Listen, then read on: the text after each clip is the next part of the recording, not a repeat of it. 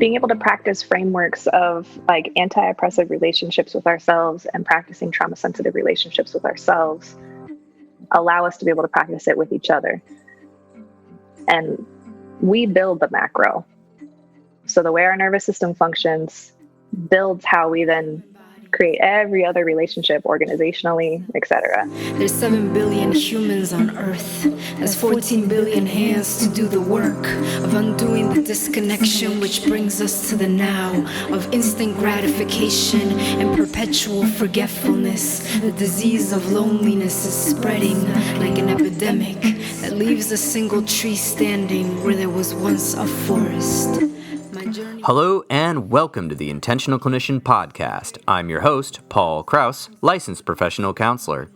In today's episode, I'm going to be speaking with Morgan Vanderpool. We talk about trauma, both personal and collective and societal trauma. What is survivorship from trauma? Survivorship from systems of oppression.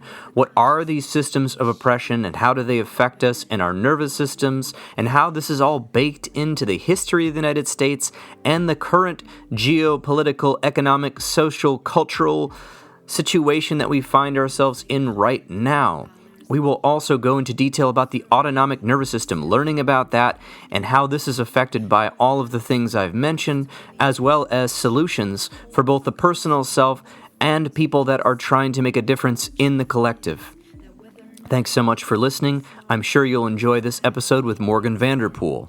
Who is Morgan Vanderpool?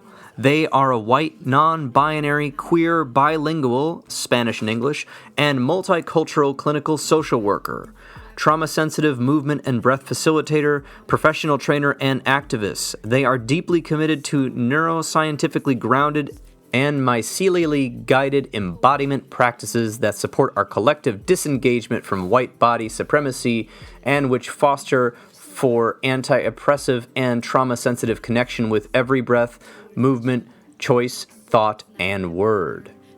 I think you're really going to enjoy this. Stay tuned for the interview. Kilometers moving towards the Milky Way at 250,000 miles per hour, a speed that would get us to the moon in just under an hour. We won't be there when they collide. Our sun will long have faded, but when they do, they will be mirrors of what we used to do when love dipped into the divine, before the divide in us was more than the great pretending of current human history. Change is constant, like the universe is expanding.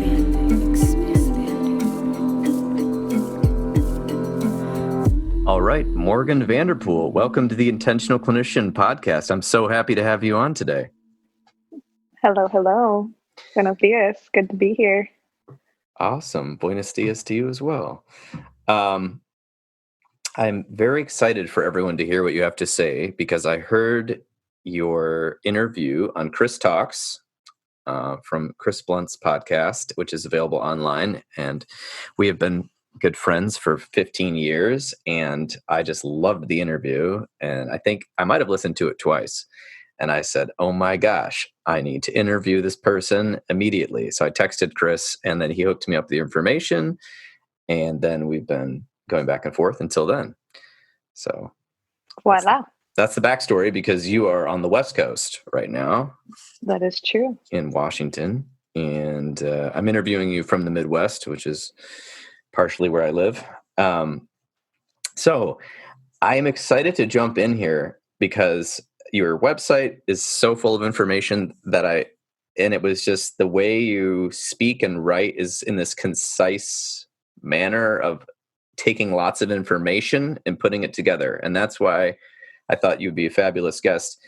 And people really want to know because I get a lot of questions and emails about trauma from this podcast. And I get a lot of hits to our website about the Trauma Informed Counseling Center. What is trauma? What's happening to me? How do I get therapy for trauma? How did this trauma happen? What are the roots of my depression? What are the roots of my anxiety? How did I get PTSD? Besides this, I feel like it's worse than that.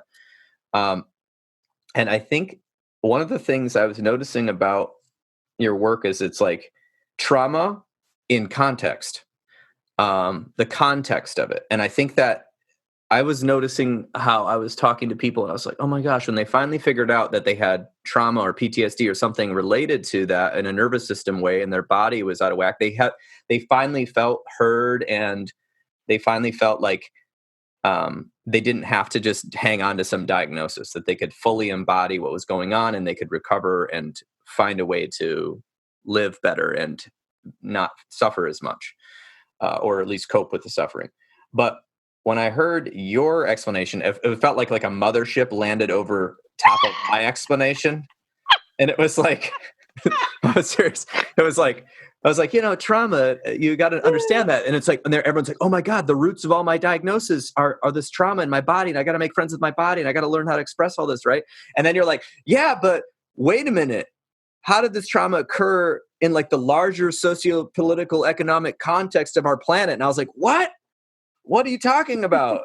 And then so that's kind of where we're going. If people can understand that, my other trauma podcast, it's like a bubble and you're landed something on top of that.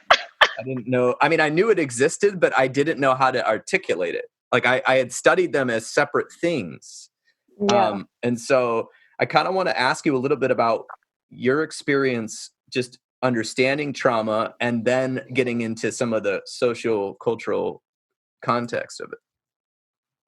Sure. I think maybe, hi y'all, this is Morgan.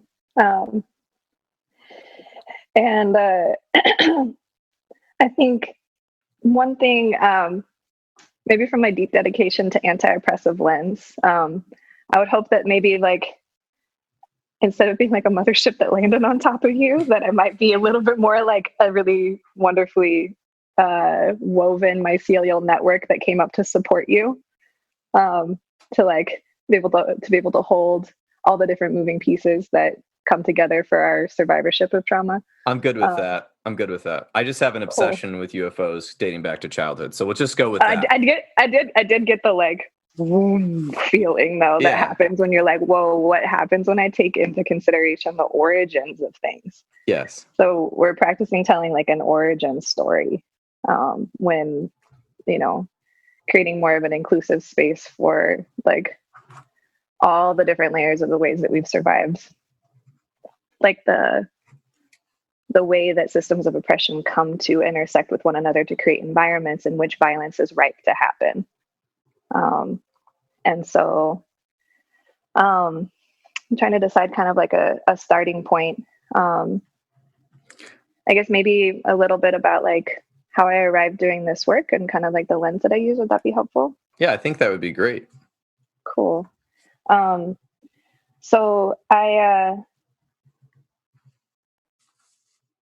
have been keenly interested in always asking why questions throughout my entire life. Why do things happen? And I think that lens has, based off of the opportunity of having been able to grow up along the West Coast of the United States, become bilingual in Spanish and English at a pretty early age, and to live in places in which there was a very clear story of the impact of the ways that U.S. imperialism created systems of poverty and created systems of so many words that are trying to come in at the same time. So I'm trying to choose which one to say. Created contexts in which violence had a higher propensity of happening, both in communities, interpersonally, system to system. And I'm really grateful that kind of my protected upbringing of being a white-bodied person got kind of busted at a pretty early age, by being able to relate cross-linguistically and cross-racially, and mix that, I think, with always having been a queer and non-binary person without a lot of access to being able to be seen in that. So both mixing my personal understanding of how being unseen, unheard, and invalidated by systems of power and privilege, mixed with being able to see how the country that I was supposed to call home perpetuates a shit ton of harm. So I think that that mixed with my always being really curious as to why things happen, led me to figure out, okay, so like what kind of job could I have where I could be of greatest service to the highest level of suffering? Maybe that's a byproduct of white saviorism. That's always a question I'll hold. But the way that it's turned out has led me layer by layer through my fascination with the way that bodies work, with the way that relationships get created, with the ways that economy and politics work, the way that history plays out in our bodies and our relationships, to step into a career in social work. I thought I wanted to be a surgeon, but when they told me that you couldn't see your first quote unquote patient until you were 30, I was like, fuck that shit. I want to get in there. I wish on a podcast you could see nonverbals, but you can't. We're having, Oh yeah. This is I could kind of always funny. put the video up. I usually don't because I'm Yeah. like jotting down notes and like We all scratching good. my beard or something. I'm just letting the audience know that we're having a body to body conversation of like, yeah, some resonance.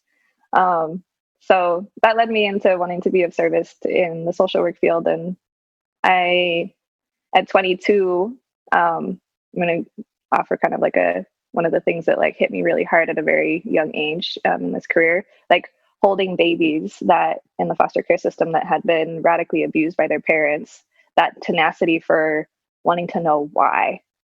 Like, why does this level of violence exist human to human? And it's just kind of like ola tras ola, like wave after wave, invited me to a deeper understanding around like how systems of violence establish themselves.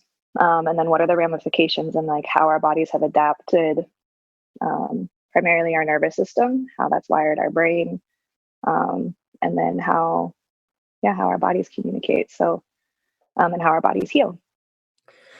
It's kind of a roundabout, yes, mountainous trail of how I got where I got. I think it's great to understand kind of how you got here, but I think, you're wondering where a starting point was. I think we should start with babies because it reminds me of Dr. Bruce Perry's work, the neurosequential model, starting with how children learn. And if these children are in a learning place where they have high cortisol, low availability to resources, parents that may be working too much or having problems financially or imprisoned or in a violent relationship, how this starts from the very beginning of their life to set them up to fail in our system, in the United States system of what's going on, and how it actually is wiring their minds and bodies to be all sorts of not good things, such as more likely to be a victim of violence. I mean, we see this from the ACEs study. More likely to not understand or be able to have healthy eating habits. More likely to be obese. More likely to have chronic illnesses, chronic stress, toxic chronic stress. Then they're growing up possibly in areas and contexts where the schools may not be equally resourced. So starting right there, there is a traumatization or traumatizing to the human nervous system that's not safe from just a little baby. And then as the person grows up, they may have multiple troubles, and then they're labeled by the systems as a problem in school, a problem here, a problem there. And the older they get, the less empathy seems to be turned towards them. And sometimes not even that old. Sometimes 8 years old, I hear you have children being over medicated and institutionalized at 8 years old. That's a stark, pathetic misunderstanding of science. That's a stark misunderstanding of humanity. And it's a misunderstanding of family systems. It's a misunderstanding of biology. And yet we still have this going on all over the place in this country, everywhere. It's happening here where I live. I mean, the way that people speak about foster children and things. But back to you. So I want to start with babies, but I know you had a lot of experience holding these babies. I had experience only when I had experience in the foster system. Most of my kids were 10 to 18, so I dealt with that age group. But well, I think a map that you're you're drawing within that explanation is that like everything that you're citing is to how our bodies respond to being exposed to violence, and the ways that we are hyper pumped with adrenaline and hyper pumped with cortisol, and how that plays out into what parts of our brain we do and do not have access to moment to moment, and our natural survival responses of being fight, flight, freeze, submit, and fawn. And you could possibly add fatigue as well, depending on what lens you're using. That all of those sort of natural biological responses that you're talking about, you cited as like folks are getting misunderstood. We're being not seen as like biological beings responding to a toxic environment. That toxic environment has been created by institutions of power that continue to replicate patterns of racism, patterns of designing cities and places to deny access to the resources that are necessary to be able to feel safe and feel connected. And so our bodies are responding to the realities of white body supremacy, of violent capitalism, of ongoing colonialism. Those are the systems that then perpetuate who gets incarcerated and who doesn't, who is given access to a job and who isn't. So our bodies are giving big old like alarm signals to say these systems are unjust, these systems are violent. But then because the way the systems interact, particularly like the way that the US is built off of this false perception of hyper-individualism and hyper-productivity, that if your body is somehow not complying with those rules, you are the problem. Instead of saying, hey, the system is inherently violent and we are having a natural reaction to an incredibly violent system. And right now, like systems of education, healthcare, public health, all of us that are like sort of like aiming to be of service for restoration, for health, for all of that kind of stuff. Those of us that carry power within those systems, we are in a massive place to try to instigate a radical shift to putting the responsibility on those who have created the systems to be violent and no longer on the survivor of the system of violence. Because when you put the responsibility on the survivor of the systems of violence, then it perpetuates a kind of like pathologizing, making other, diminishing, ridiculing, shaming your body's natural response to being invisibilized, unseen, unheard, and crushed by systems of violence that have happened since the initiation of our country. And our country was initiated on violence. And those who came over here were escaping violence, but also didn't take the time to figure out, do I want to maybe not replicate the patterns of violence that I was also a victim to? No, let's just replicate them on the people that are here so that we can feel like we have a little bit more power. And then, boom, it just kept it's still in action. Yeah, it is. 500 plus years later. Well, if people don't have a little context, I got a couple comments. First of all, read the People's History of the United States, which is actual journal entries from the quote-unquote explorers that came from Europe and what they did. These are journal entries, not only by them, but by clergy, people from the Catholic Church that will literally write what they did to the quote-unquote native people. That was like the nice term, the native people, but they called them other names. But for instance, my heart. Christopher Columbus Day, quote unquote, Indigenous People Day, was this last week. And Christopher Columbus, one of the wonderful things he did was cut off children's hands if they didn't bring him enough gold. That's just one of the stories you'll find in that book. This was brutal times, and the brutality was done on others that didn't look like them or had land that they wanted. And so now it's playing out today. We're in this, we're bathing in blood and essentially building our homes on the ancestors' graves of all the Native American tribes. There's got to be repercussions for that. Then you mentioned slavery. So the people escaped religious persecution in Europe. The colonies were founded in the U.S. And then they came over here, and then a group of them decided to, let's enslave these people. Just, let's oppress somebody else to make our economy grow. and to get our whatever we want. So it's still happening, but it's more clandestine now in terms, depending where you look. I think the internet becoming so widely available has made people understand that it's still going on. But because the United States, if there's one thing that we should be famous for, we are the greatest marketing and storytellers of all time.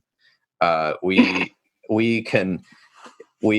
serious. Like if you go talk to somebody in the lens of the business world, and they have been soaking in that bathtub their entire lives, and their parents were in business and they're in business, they have no idea what you're talking about. They read textbooks on pure economics, pure numbers, which I think from a therapist point of view is almost going into sociopathic tendencies. As it's dissociative. Right, it's dissociative, it's contextless, and numbers.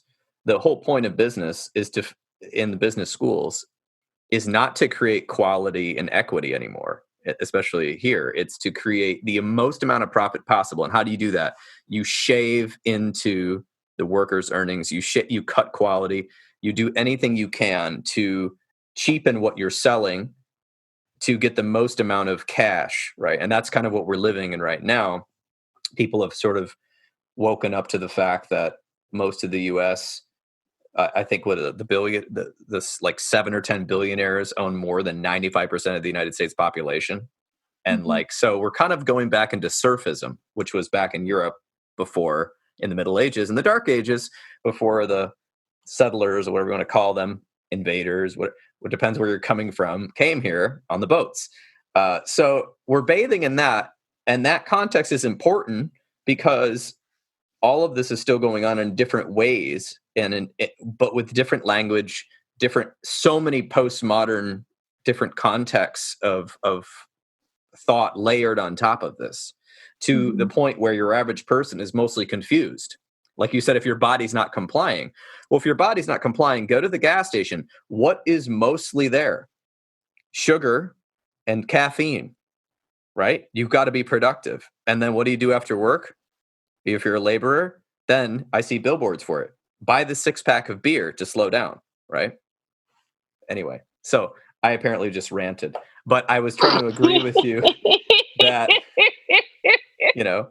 behind every behavior is a need. And it starts with children. They're acting out, quote unquote, in a way we don't like. Us adults don't like. Acting out is a way us adults don't like, right? They're needing something, but they don't have the language to tell us, right? Then they're labeled poorly instead of cared for more. The same thing, the need of sleep and relaxation and vacation and the ability to have a roof over your head is becoming more and more scarce for most of the population in the U.S. I think it's like, I don't remember how, it's like 60 to 80% of people are one paycheck away from like a calamity. And then our vacation time in this U.S. is 2 weeks. That's standard if you have a salary job. That's not an hourly laborer job. That's a whole nother topic. So I think people don't want to look at that because we have Netflix. We have the best movies ever. It means taking responsibility and taking accountability, which means when those are done effectively, that's done from a place of empathy and a place of empathy. It means that I am able to like co-feel your reality with you. If I co-feel your reality with you, then that also means that I have to recognize that I may have, if I haven't been victimized by systems of oppression very readily, or I've like not let myself feel the ways in which I've been victimized by systems of oppression, I will then be hit with a wave of sensation that I have dissociated from in my own way of trying to get through the different ways in which capitalism and racism and transphobia, homophobia, sexism, misogyny play out on a day-to-day basis. Similarly to giving an invitation to folks to read the People's History of the United States. If I'm not mistaken, I feel like it's written by a white author. Also want to highlight Voices of Color here. In Paying Attention to My Grandmother's Hands, written by Resmaa Menakem, which does a beautiful job of being able to outline the history of the ways in which human brutalization begun and gets replicated. And we can talk about some of those like manifestations as it happens in our bodies, as well as highlighting Dr. Joy DeGroy in her book, Post-Traumatic Slave Syndrome, in being able to highlight the narratives that have been at minimum silenced and invisibilized in our country by functions of white body supremacy. Additionally, wanting to highlight a book called Conquest by Andrea Smith. It's Conquest, Sexual Violence, and American Indian Genocide. So knowledge is power in understanding like the origins of things. If we don't know the origins of things or where they come from, then we are going to be walking around pretty lost. And possibly repeating cycles on. Oh, very easily. Right. Repeating cycles. One of the most powerful things that we can do is be able to, for lack of a better word, like normalize survivorship. Being able to like center, what does it feel like, mean, look like, sound like to live in a body that has survived violence? Mainstream culture will want to like say that we are, we're having like inappropriate reactions, that we're sick, that we are having, like symptoms of some diagnosis, where it's actually our nervous system saying like, yo, I don't feel safe. I feel unseen. I feel unheard. I feel unprotected. And there's a variety of ways that our bodies kind of predictably give us those heads up. So I think that's some place we could go, but I also recognize that there may have been some follow-up questions that you have been writing down. Well, I wrote a lot of things down, but I think I kind of want to go to normalizing survivorship to give people a context of what in the world is going on in my body when I feel reactions to things that are known or unknown to me. And I guess the longer question is the complicit or unintentional participants in systems of oppression. So you were talking about the survivors of that and on your website. And I think it's scary for people who are not understanding oppression to start understanding it, because there is a part that's like, well, am I also, because I like this product or this bank or whatever, am I participating in a system of oppression, and how do I not participate? But I don't know what to do about it, right? And then, of course, the people that are obvious victims or survivors of many forms of oppression are more like aware of it, right? So how do we both normalize survivorship for those who don't know that they're survivors, and also those who obviously do and are ticked off about it, right? And how do we talk to both groups is kind of what I've been trying to figure out, especially in this context. I think in trauma-informed counseling, we just had a conference on that here, which I was heading up. It was a lot easier to get people to understand that. And then we did separate presentations for different groups and different types. And of course, we did a whole presentation on the BIPOC community, done by the BIPOC community, about how the trauma affects them and how it affects them through all these different systems. But how do we do it for people that both know it, but all the people that have no idea that this is what's happening to them, that just feel lost, like you said? So that was kind of part of my question. How do we normalize survivorship in my tangential way? Yeah. So I think part of it is taking time to learn how our bodies work.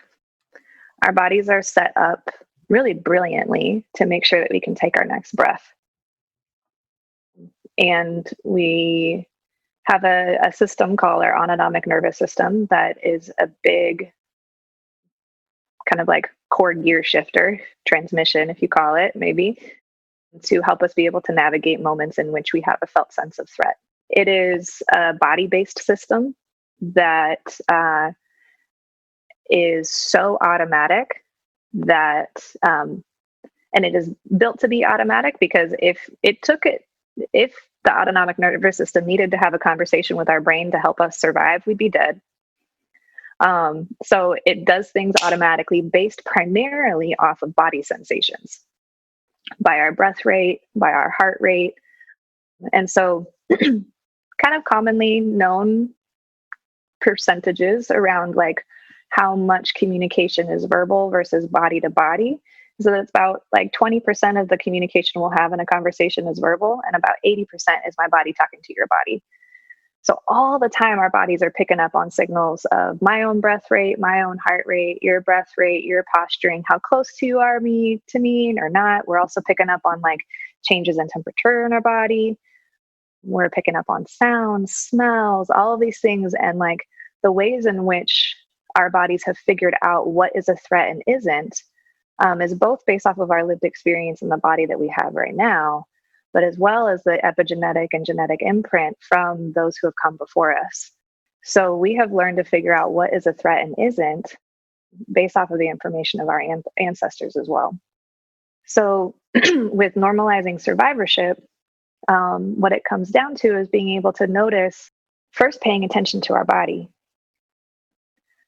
figuring out what are the signals that my body might give me that I feel a little bit off, or I might not feel, totally seen or heard or taken care of, and figuring out what is my relationship with my own survival responses. And so those like main survival responses are a fight response, a flee, fight, flight, or avoid response, depending on what word you want to use for it, a freeze response, a submit response, or a fawn response.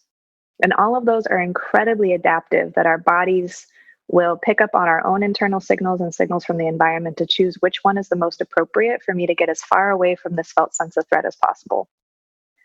The tricky part is that those systems engage both from a measurable threat that I can like say I like smell a kind of food that my perpetrator used to cook often.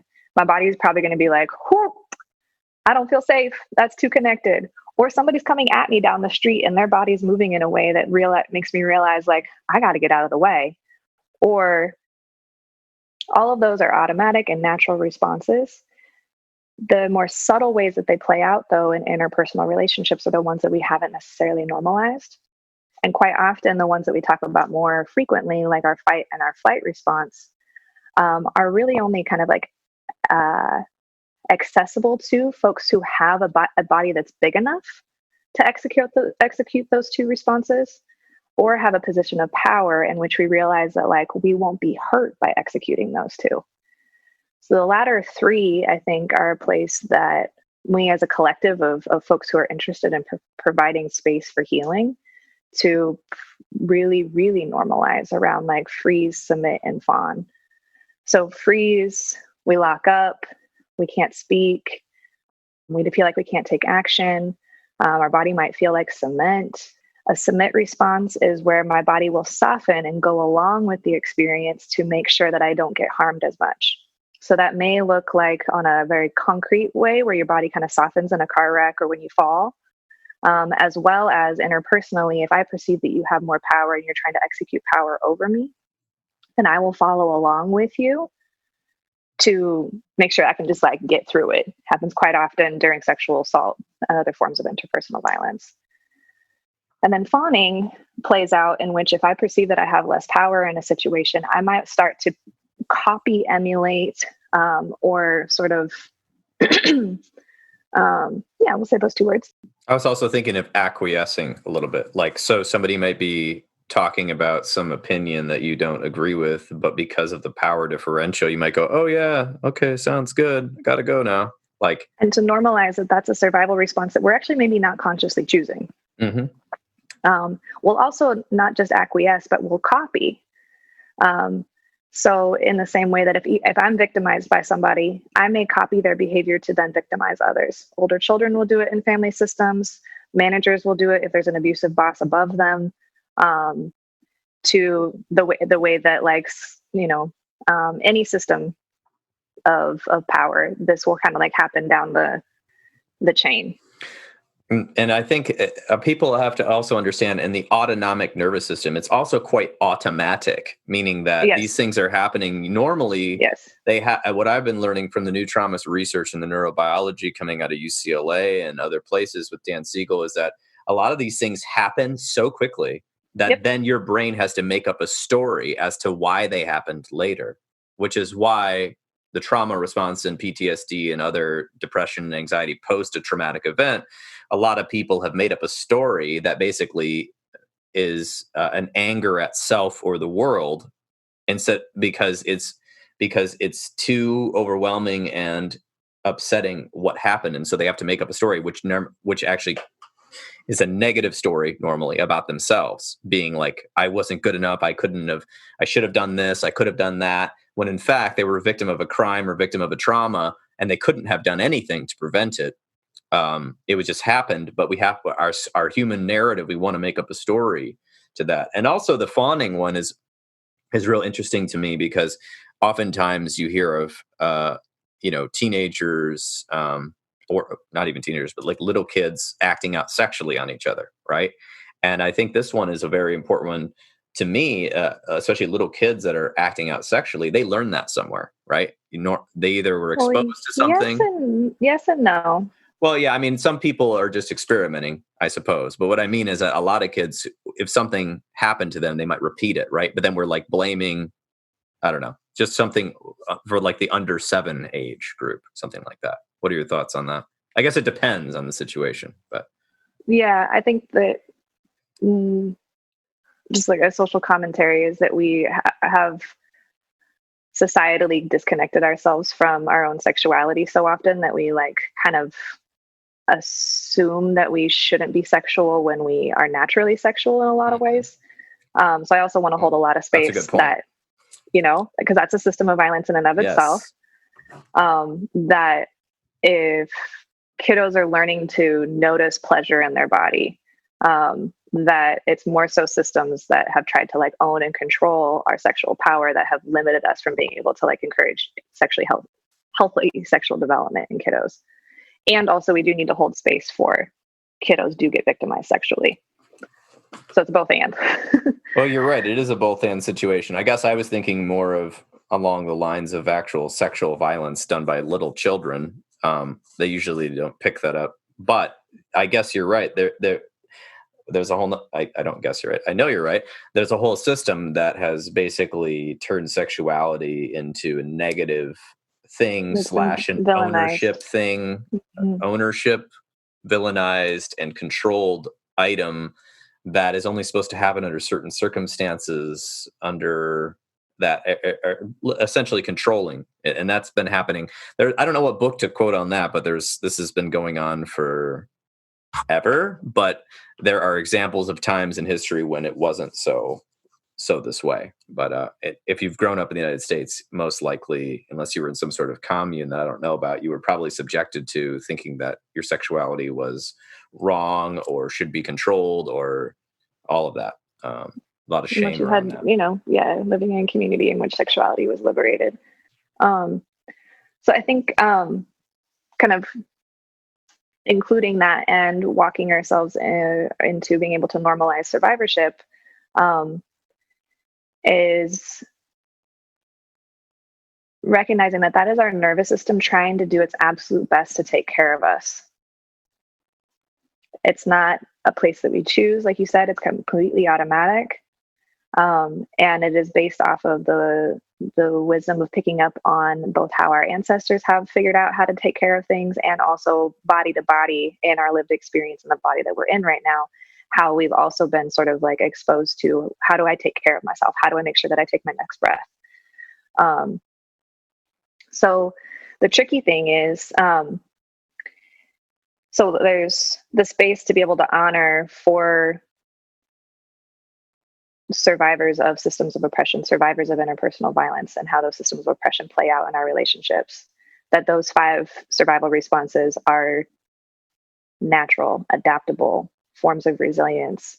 And also that we can create a lot of opportunities for like health and balance through being able to offer opportunities to be able to oscillate to the other branch of the autonomic nervous system, which is our parasympathetic branch, in which we have opportunities for rest, restoration, digestion, cellular longevity, immune system function. And the oscillation between those two happens almost on every breath. But it also takes a hell of a lot of practice. If for some reason we've grown up in environments and in relationships where we've been in flight, fight, freeze, submit, or fawn more often than not, we're going to have to work pretty hard to be able to create that balance. And that balance is created through every breath. Our breath is innervated along those two branches. If we breathe a breath pattern that we breathe during a moment of threat, our body will pop into flight, fight, freeze, or submit, or fawn. If we posture in a way, if we move our body in that way, we will also instigate that response. If we practice different forms of breathing and different forms of movement and different forms of relating to self and others that give us an opportunity to have a felt sense of presence, of connection, then we'll create kind of that like healthy pendulum rock between the two. We need to be able to have our survival system pay attention for us, take care of us, protect us, and also for our own like holistic body health and brain function. Need to offer ourselves as often as possible an opportunity to be able to connect to any singular millisecond, second, minute, hour of being able to have a felt sense of ease and connection and turn on our parasympathetic nervous system. And those are like concrete acts of resistance that are absolutely necessary. The challenging part is that when we have been in flight, fight, freeze, submit, or fawn, because of our positionality, the way we've been positioned amongst systems of violence, opting into turning on our parasympathetic branch for that rest, digest, ease, and connection is going to feel threatening in and of itself. Because it's like, yo, this is new. Am I allowed to do this? Oh, wait, my ancestors might have gotten whipped, killed, incarcerated for like not complying, not fawning, not submitting to systems that were perpetrating against us. So what does it mean for me to like take a nap? The Nap Ministry is a really cool online platform to pay attention to. The Nap Ministry? Is that what it's called? Mm-hmm. I love it. She's a powerful Black woman. And I'm forgetting her name right now because I have a hard time with proper nouns. That points to rest as an act of resistance, particularly for the Black community in the United States. Not as a fluff, but as a right, and so I think to follow up as well with your question around like, so that's a kind of a gist of being able to like normalize survivorship, get to know what survival responses your body has opted into to be able to take care of you. Create relationship with them of understanding of like, that was what my body could do to make sure that I could still be here. The other piece for folks who are more protected by systems of oppression. So the people that may not realize that they're involved in or complicit with, or because we won't go ahead. Yeah, taking a stand. Well, they're in it and they don't know it, and they don't know that, you know, I'm going to give an example real quick on this. So these are folks who may be like working, they're in the monetary successful realm, which is our current God, I think, in the United States. One of the biggest gods is a god of money. And if you're successful in that, you may have a lot of ill effects and ease going on beneath the surface of what was happening to you. So just a couple of stats here. As of 2016, now this has risen steadily. I couldn't find the recent numbers. 1 in 6 Americans is on a psychiatric drug for at least 6 to 12 months of the year. So we have one of the, if you compare us to other first world countries, very unhealthy population here. Very unhealthy. You can look that up. We have more psychiatric documented problems comparing to other first world countries. And, because we're founded on systems of violence. Yes, and so we're founded on systems of violence. But if you listen to the people, but if you talk to people that are successful, quote unquote, in society, they're always worried about more. They're always worried about more. Like everyone I know that makes middle class and up, they're always worried about, do I have enough? Do I have enough? And they're not even at risk of losing their house or something, or losing an apartment or losing a car or losing a job or going homeless. These are people that are not at risk of that too much, right? But there's always this worry about that. So if 1 in 6 people are on psychiatric medications, and then this is a quick fix, a Band-Aid to kind of drug us up, right? And then how many people are overusing alcohol and marijuana and cigarettes and things like that, where they're misusing it to cope. And how many people are misusing over-the-counter medications? I ran into a situation recently where somebody had told me they were taking multiple Benadryl a day, and I didn't know that was a thing, right? So our drug problem in the United States. There's statistics on this. Listen to my other podcasts about drugs. There's plenty of them. Outrageously high. I'm not against drugs or alcohol, but I mean the misuse and the overuse of these things. The heroin opiate epidemic that's ravaged the rural community in the United States. There is something going on here. And what we constantly do is say, oh my God, those poor people, they shouldn't have done that. Stop doing drugs. Just say no. Just say no to drugs. Like, what is, like, that's, at some point, are we going to realize that something is wrong with the multiple layers of the way we function as a society? James Hillman is one of my favorite psychologists of all time because he was such a muckraker.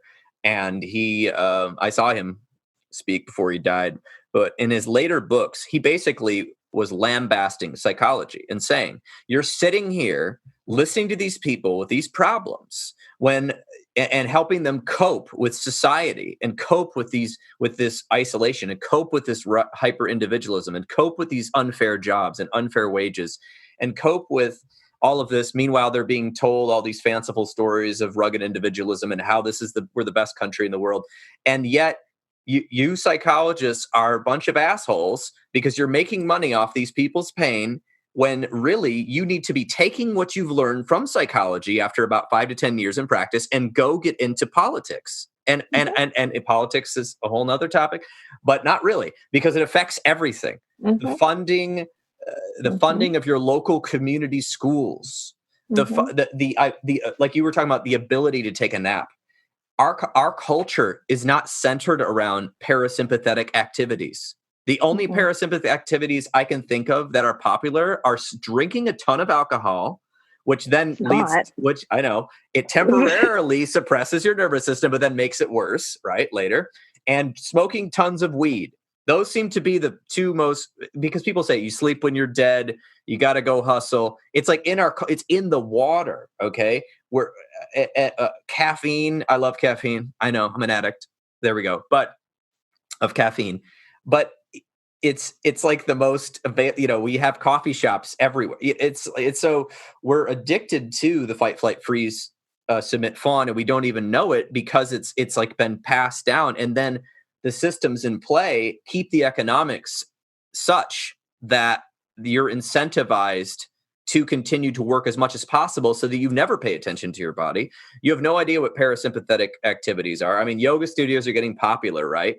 But then everyone's there's so many problems because they replicate the same systems of violence. Oh, I know. I'm getting to that. Sean Korn, you can read her book about that. She talks all about that. She's a yoga teacher that talks about this exact topic and how to deal with it in the body.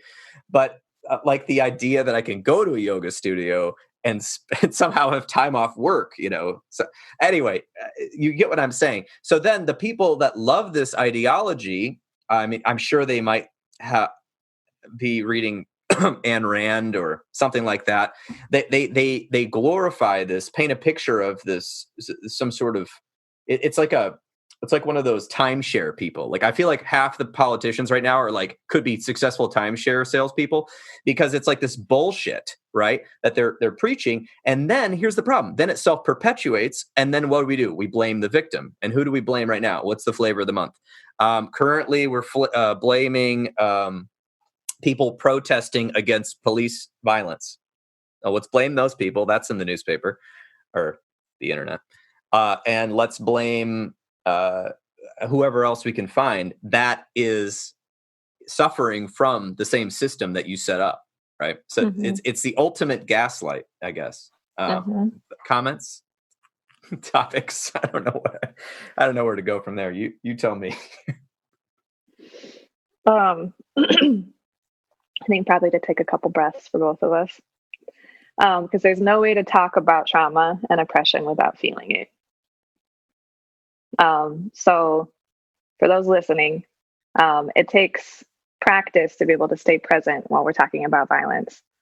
And when we are able to like stay pretty balanced between like a sensation of like rest and ease and connection while still being like, yo, there's something to like pay attention to, we'll be able to keep the kind of parts of our brain on that are necessary to be able to think about solutions.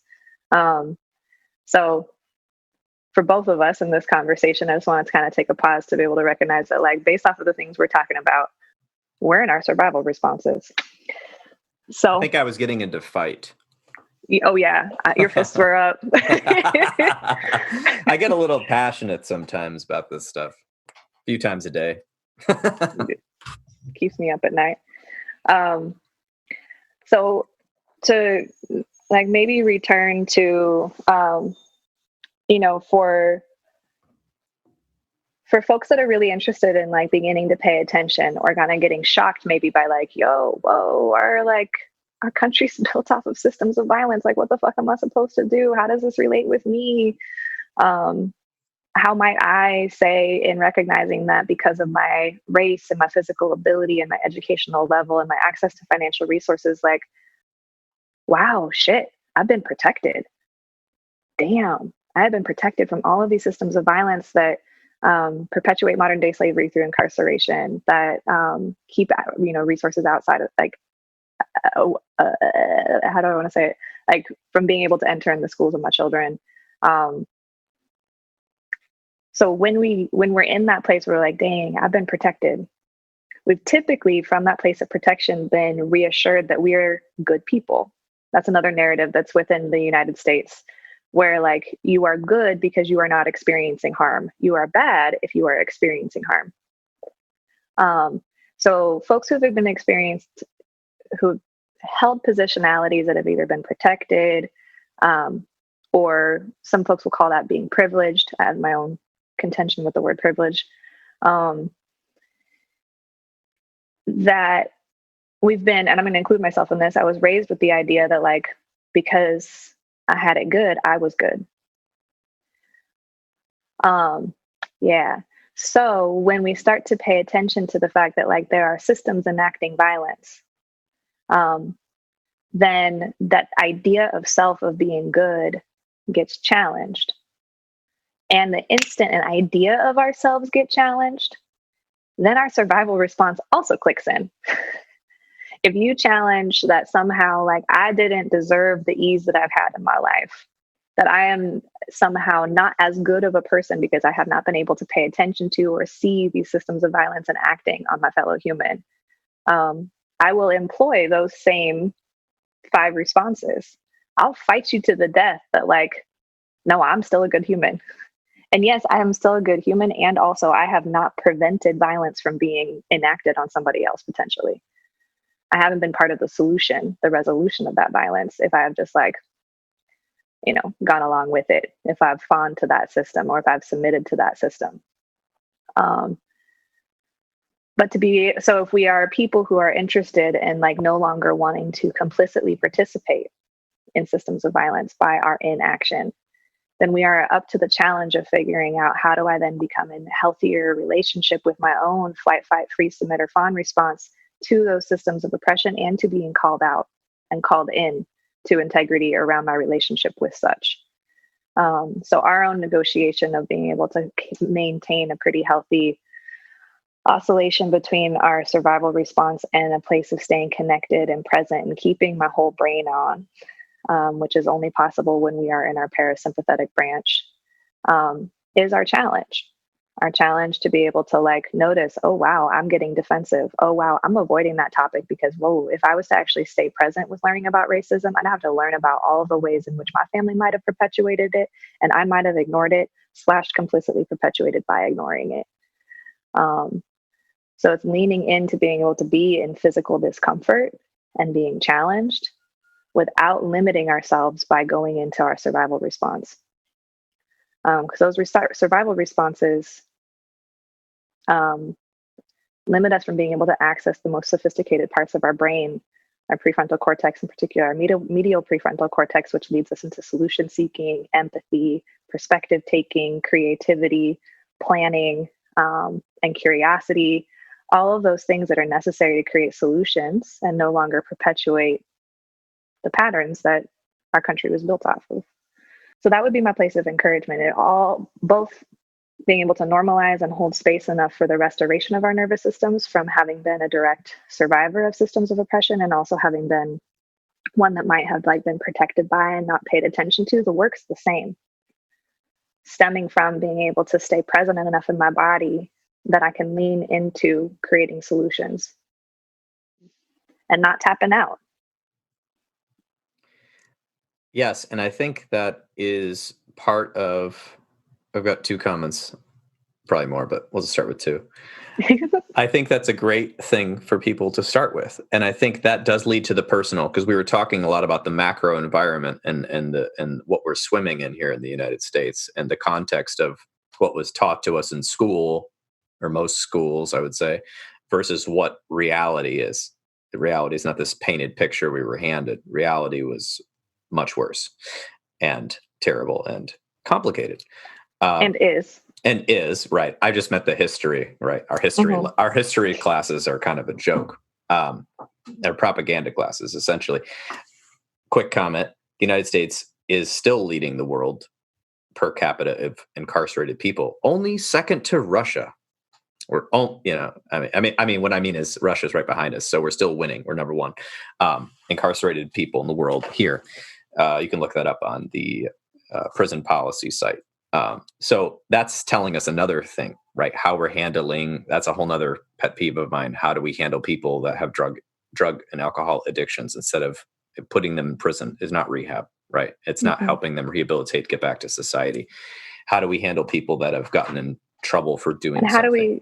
How do we shape society to be a place in which folks can be in? 2 things, I think. In being able to normalize survivorship and how our nervous system functions, we will turn towards engaging with actions and substances that give us a kickback that we can feel, that we can have some sort of impact to around, like, I can change the sensations in my body.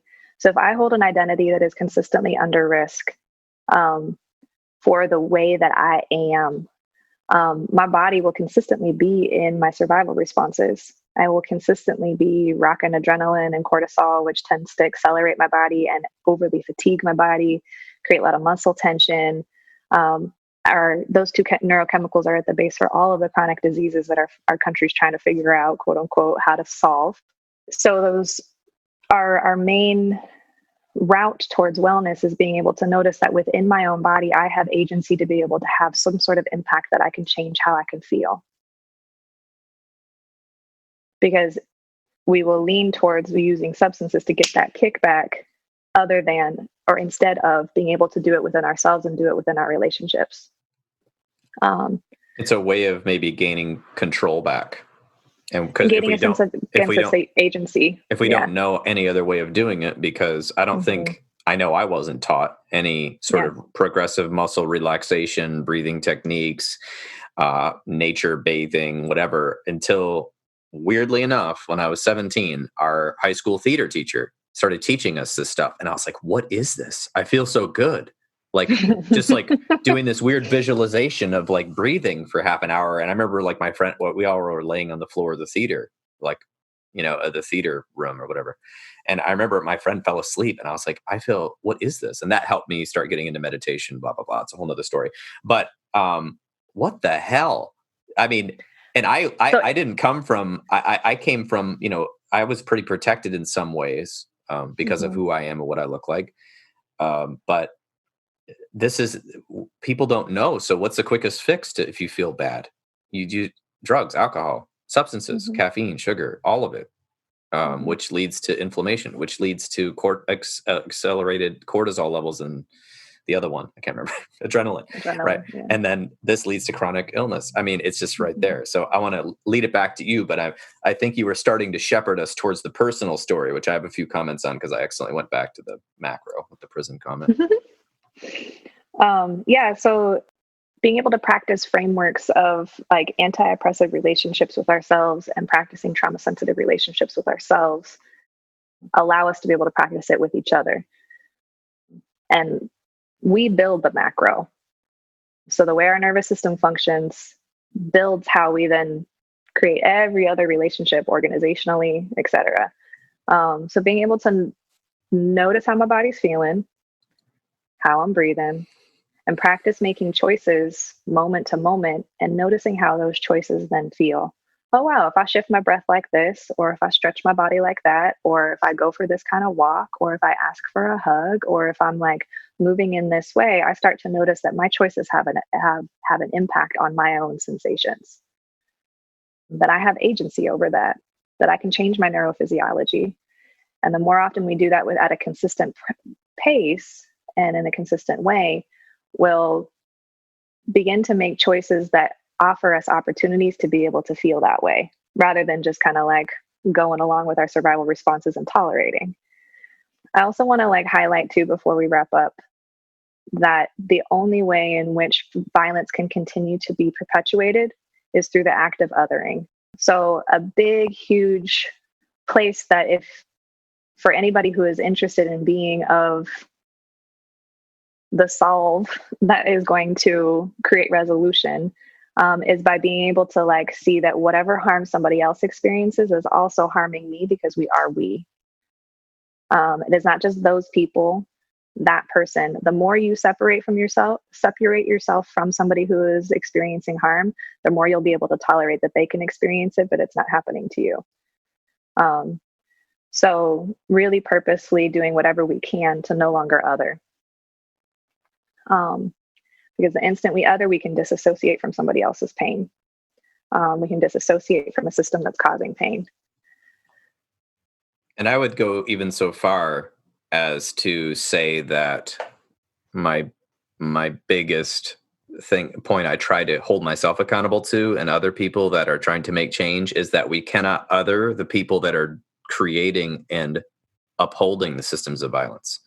Because I hear it becomes this us versus them stuff, and they're evil. And Carl Jung said most people never really encounter pure evil. There's it's out there, right? But normally it's coming from some complexes. It's coming from opportunity. It's coming from power and unchecked power. It's coming from a narrative in the person's head that they actually think that they're doing the right thing, that they're actually helping, and that the people that are protesting against them or arguing with them are actually wrong. They think this. Now, they could be, completely delusional. I don't know, but I do think everything's on a sliding scale, including narcissism and including whatever. So even people perpetuating violence, we have to be able to look at their human story and how did they get this way? What system and what accountability do they have? But what accountability do the people that taught them this also have? And then how are we accountable for that as well? And so if you're going to make change, we have to go beyond. The systems are oppressive because systems are always self-perpetuating. The system wants this. Once a system's created, the system's sole purpose is to survive, just like a human, right? These systems we have are concerned with their survival. I mean, I'm talking very macro again, darn it. Okay, but we can't other the whole system, and we can't other the people in the system. We have to hear their stories, and then we have to be able to reach out to them somehow to make a connection. Because if they're in a position of power and I'm not, if I can connect with a person in power, I could, by changing a slight bit of their mind about something, that could change the world faster than me screaming at them and tweeting at them all day about how stupid they are. That's not going to change anyone's mind. So, because that'll lead us to stay in our survival responses defending self. That's correct. That means that we're only operating from our base brain.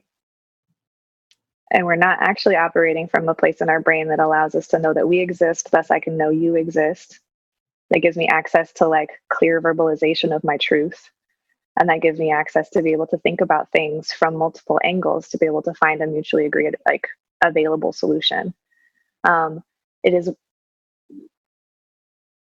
the hardest, I think, and most valuable thing that we can do is to be able to stay present during discomfort and pain. because all of this leaning into creating change within systems of oppression and violence means that we will need to be feeling them to then know how to heal them. And that takes a lot of neurological tolerance and capacity and like building up strength to stay tuned and toned within our nervous system for connection. Which is very difficult. I want to point this out real quick for the personal story. Something you said a while ago was why people haven't figured out that they were in this system of white body supremacy and all of the things that happen in the United States. And one of the things I was thinking about, the reason that a lot of people haven't figured this out is because they haven't gone into their personal story. Their personal story of their family and what happened with them is undiscovered and possibly causing them angst, fight, flight, freeze response. An easy example is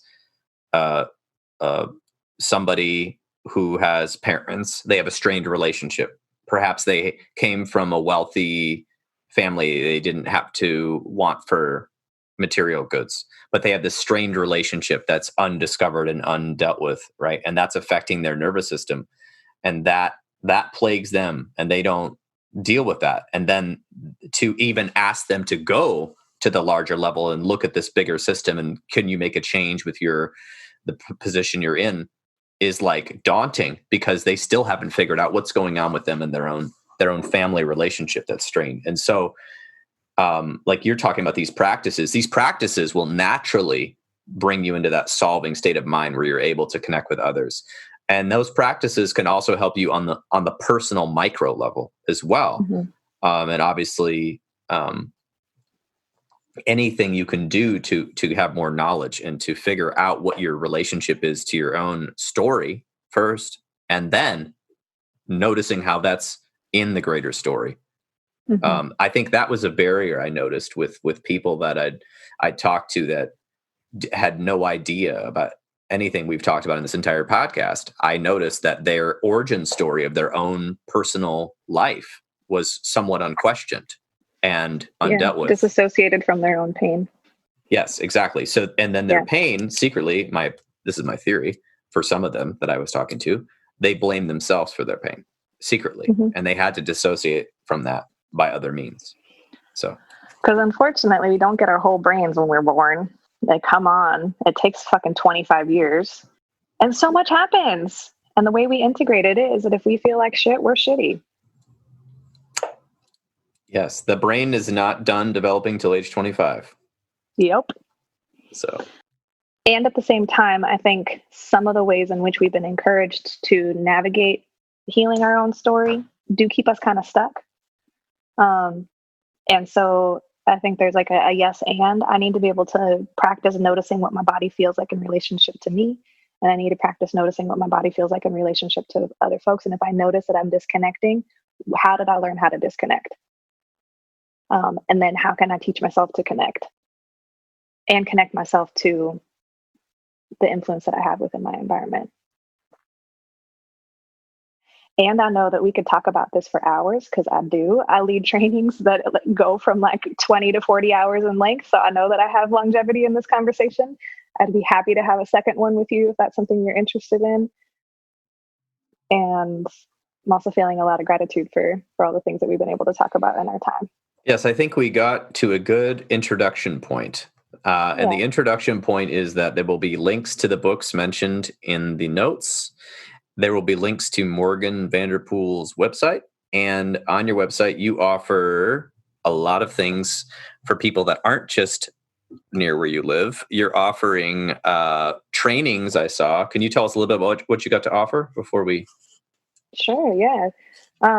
So what I've noticed is that the systems of care have been grown within the systems of violence. And within systems of care, a lot of us who are doing our absolute best work need to have a little bit of a stronger, or a lot of it stronger, foundational knowledge about our own survivorship, and then how our nervous system's working within the care work that we're doing.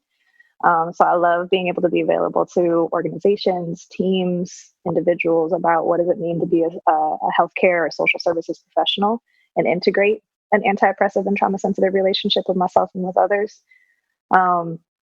And then I also offer like specific weekend-long trainings for folks who are interested in learning about trauma-sensitive movement and breath specifically. And individual consultation, supervision, all that jazz. So you're a clinical supervisor for social workers as well. Mm-hmm. Yep. And then also obviously therapy, if you have time, you see clients as well. Yeah. Okay.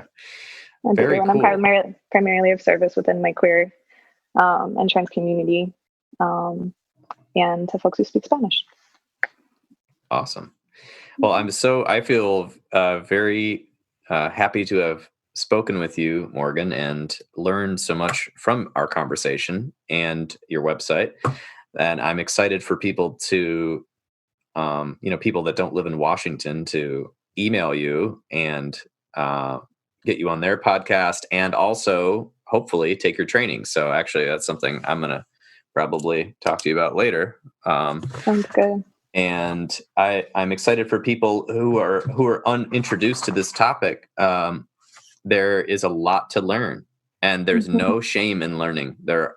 And take your time, go at your own pace, but understand that there are answers to a lot of and meaning in a lot of sociological things we talked about, but there are also things you can do right now just to start, like that Morgan was discussing, and finding ways to normalize your own survivorship and get in touch with your own body and nervous system in a way that is going to help you on your journey. And yes, if you're so inclined, help everyone here in our country and our world find a different way to be with each other. So, and before colonialism and capitalism popped onto this planet, there are so many beautiful indigenous and collective ways of being that hold things in balance, and we have so much to learn from that ancestral line as well. So I'm not reinventing the wheel, just getting to be a voice for the wise ones that have come before me. That is a very good point. Yes. And we have lots of examples to draw from. So. Thanks. Muchas gracias. Thank you. Thank you.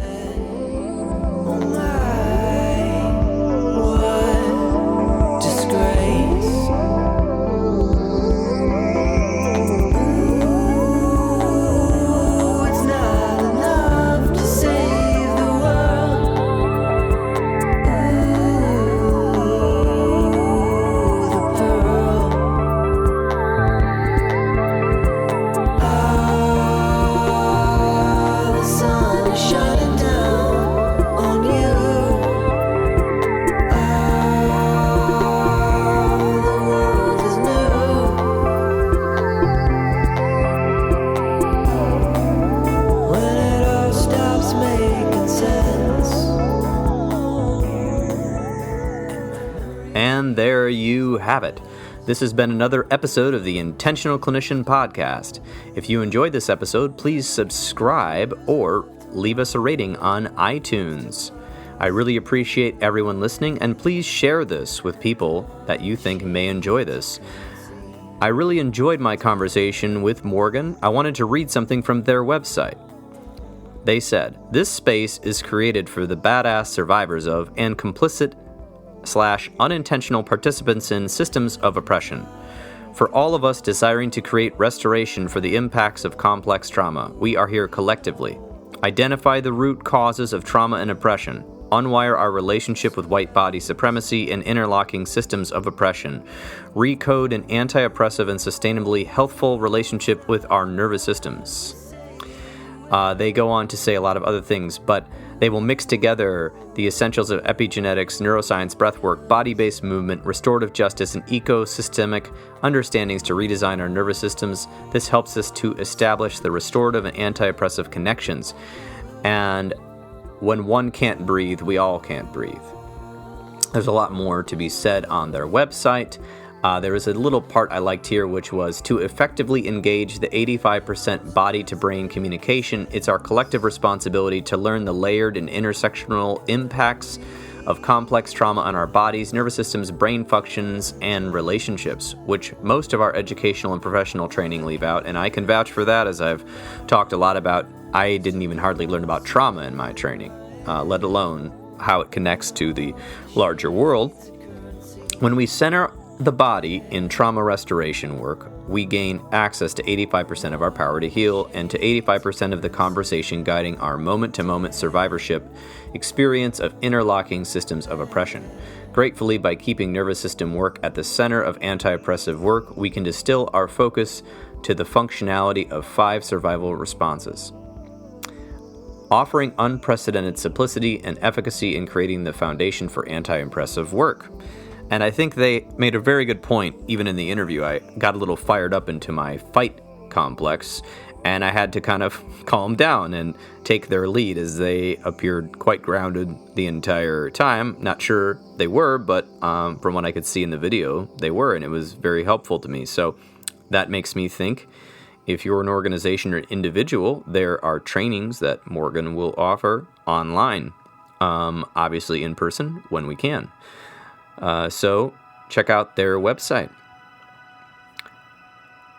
If you are looking for an EMDRIA consultant, I'm finally starting my EMDRIA consulting group for EMDR therapy in January of 2021. For details, check out www.healthforlifegr.com or counselingsupervisorgr.com. And now for the disclaimer. The recording you just listened to consists of the personal opinions of Paul Krauss and the guests that they interviewed, and while these opinions are based upon literature they have read, their experience in life, and the field that they work in, they should not be viewed as the definitive opinions on this or any subject. Listening to this podcast is not a substitute for treatment. If you are in a crisis, please call 911 or the National Suicide Prevention Line at 1-800-273-8255. Are you a young person of color feeling down, stressed, or overwhelmed? Text STEVE, that's STEVE, to 741-741, and a live, trained crisis counselor will respond. If you are in need of counseling, do not hesitate to make an appointment with a local counselor in your area. Morgan, of course, is working in the state of Washington, and you can find them and their details out at their website that I will have in the show notes. You can also make an appointment if you are in the state of Michigan with the excellent clinicians at Health for Life Grand Rapids and the Trauma Informed Counseling Center of Grand Rapids. Thanks to the telehealth capacities, most insurance companies are now allowing telehealth sessions to be counted as a regular session. So you can call us at 616-200-4433, that's 616-200-4433, or visit us on the internet at www.healthforlifegr.com and schedule an appointment with one of our clinicians. And if you're in Grand Rapids, you may be able to actually see them in person, depending on the situation. The Michigan Mental Health Counselors Association is working to increase the availability of quality mental health services statewide, increasing education, promoting best practices, and working to keep licensed professional counselors and other professionals accessible by the public.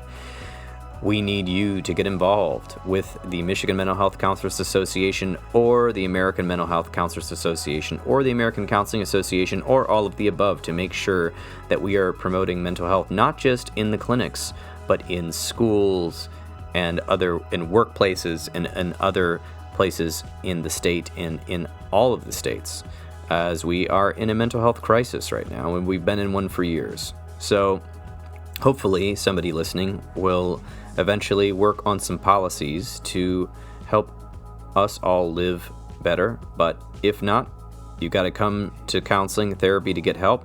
We're here for you. Thanks so much for listening. This has been Paul Krauss of the Intentional Clinician Podcast.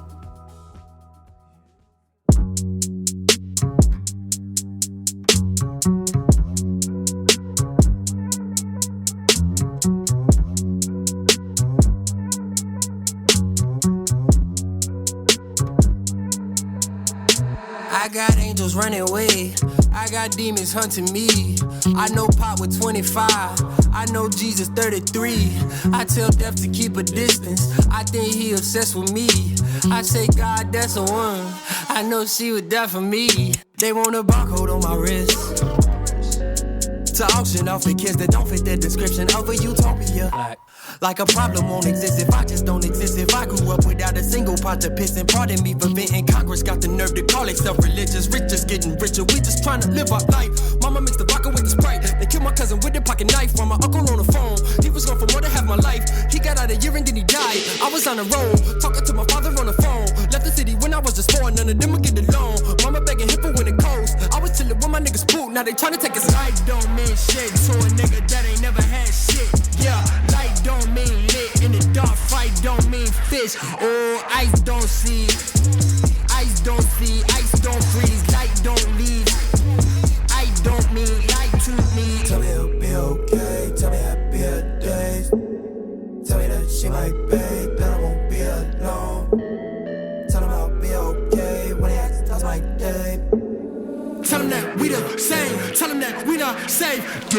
I got my granddaddy's soul, I'm at war, that's on my mind. I see Walter body cool, wish I could switch it with mine.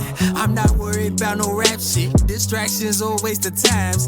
I still go to social functions even though I'm so anti. No, I'm no Rihanna, the core gonna throw it like Donovan down a bit. I just been modeling my whole career as if Park was in studio, monitor shaking. I raised the apartment to bond with profit. I made what I made in a lot of amount of time, the same amount of time you was watching. So stop comparing me to people, know I am not them. A lot of people dreaming till they shit get stuck. That's life. My mom is rockin' with the Sprite. Kill my cousin with the pocket knife while my uncle on the phone. He was gone for more than half my life. He got out a year and then he died. I was on a roll, talking to my father